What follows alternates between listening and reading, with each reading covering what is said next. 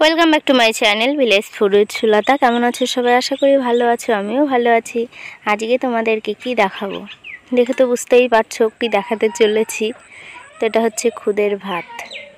আমার খুবই পছন্দের একটা খাবার খুদের ভাত, আর তার সঙ্গে কোনো একটা বাটা ভর্তা হলে আর কিছুই চাই না, সত্যি কথা। তো আমাদের বাড়িতে আমার শ্বশুর বাড়িতে খুদের ভাত ওরা খেতে জানে না বলতে ওরা তরকারি দিয়ে খায়। তো তরকারি দিয়ে তো আর খুদের ভাত ভালো লাগে না। যারা খুদের ভাত খায় তারা জানে খুদের ভাতটা কিন্তু শুকনো শুকনো খেতেই ভালো লাগে। আর আমার বাপের বাড়িতে আমরা সবাই খুব পছন্দ করে খেতাম খুদের ভাতটা।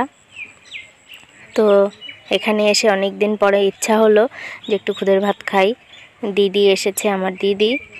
তো দিদি আর আমি দুই বোনে মিলে খাবো। এখানে 500-র একটু কম চাল আছে। চাল বলতে খুদ, এটা আমাদের বাড়ির চালেরই খুদ। খুদ খুব একটা হয় না বাড়ির চালে, সেদ্ধ ভালো হলে খুদ খুব বেশি হয় না। তো যেটুকু ছিল সেটুকুই বসিয়ে দিলাম। এই যে জল দিয়ে দিয়েছি। এটা যতটুকু চাল তার ডবল জল দিলেই একদম ঠিকঠাক হয়ে যায়। চাল যদি 500 হয় 1 লিটার জল দিতে হবে। আমার এখানে 500 চালের কম ছিল, তাই আমি 1 লিটারের একটু কম দিয়েছি। তো ওই ঢাকনাটা দিয়ে ঢাকতে চেষ্টা করছিলাম, কিন্তু ঢাকা হলো না। পরে এই থালাটা দিয়ে ঢেকে দিলাম। আর এটাতে লবণ দিতে হয় এই খুদ ভাত রান্না করার সময়।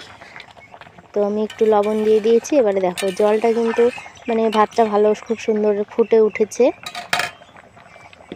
আর এই কড়াইতে ভাত রান্নার পরে ভাতটা খাওয়াটা হয়ে গেলে তারপরে যে একটা কি বলবো, একটা পাঁপড়ের মতন জিনিস হয়, যেটা উনুনে রান্না করলেই একমাত্র সম্ভব। উনুনে বসিয়ে রেখে দিতে হবে আর লাস্টে একটা পাঁপড়ের মতন পুরো ওঠে।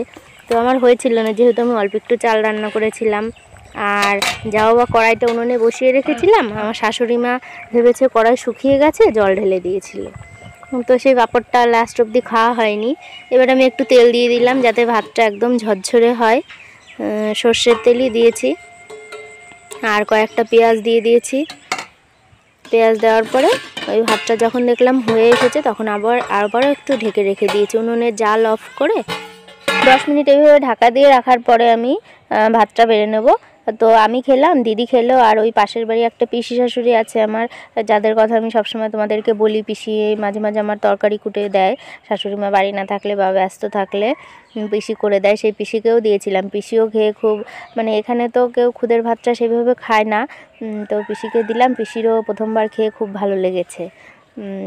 আমাদের ওই বাড়িতে আমার মা খুব সুন্দর খুদের ভাত রান্না করতো, একদম ঝরঝরে।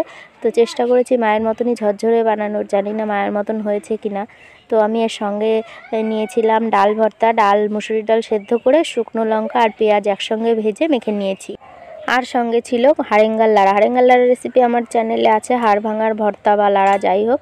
আর রসুন সেদ্ধ, লঙ্কা সেদ্ধ, পেঁয়াজ সেদ্ধ, ব্যাস। আর কি চাই এর সঙ্গে? আর একটা হলো একটু টক ঝাল আচার হলে খুব ভালো হতো, যেটা আমার ঘরে শেষ হয়ে গেছে। তো জলপাইয়ের আচার আমি রিসেন্ট আবার বানাবো নতুন করে, তোমাদেরকে দেখাবো রেসিপি অবশ্যই। ভালো থেকো সব।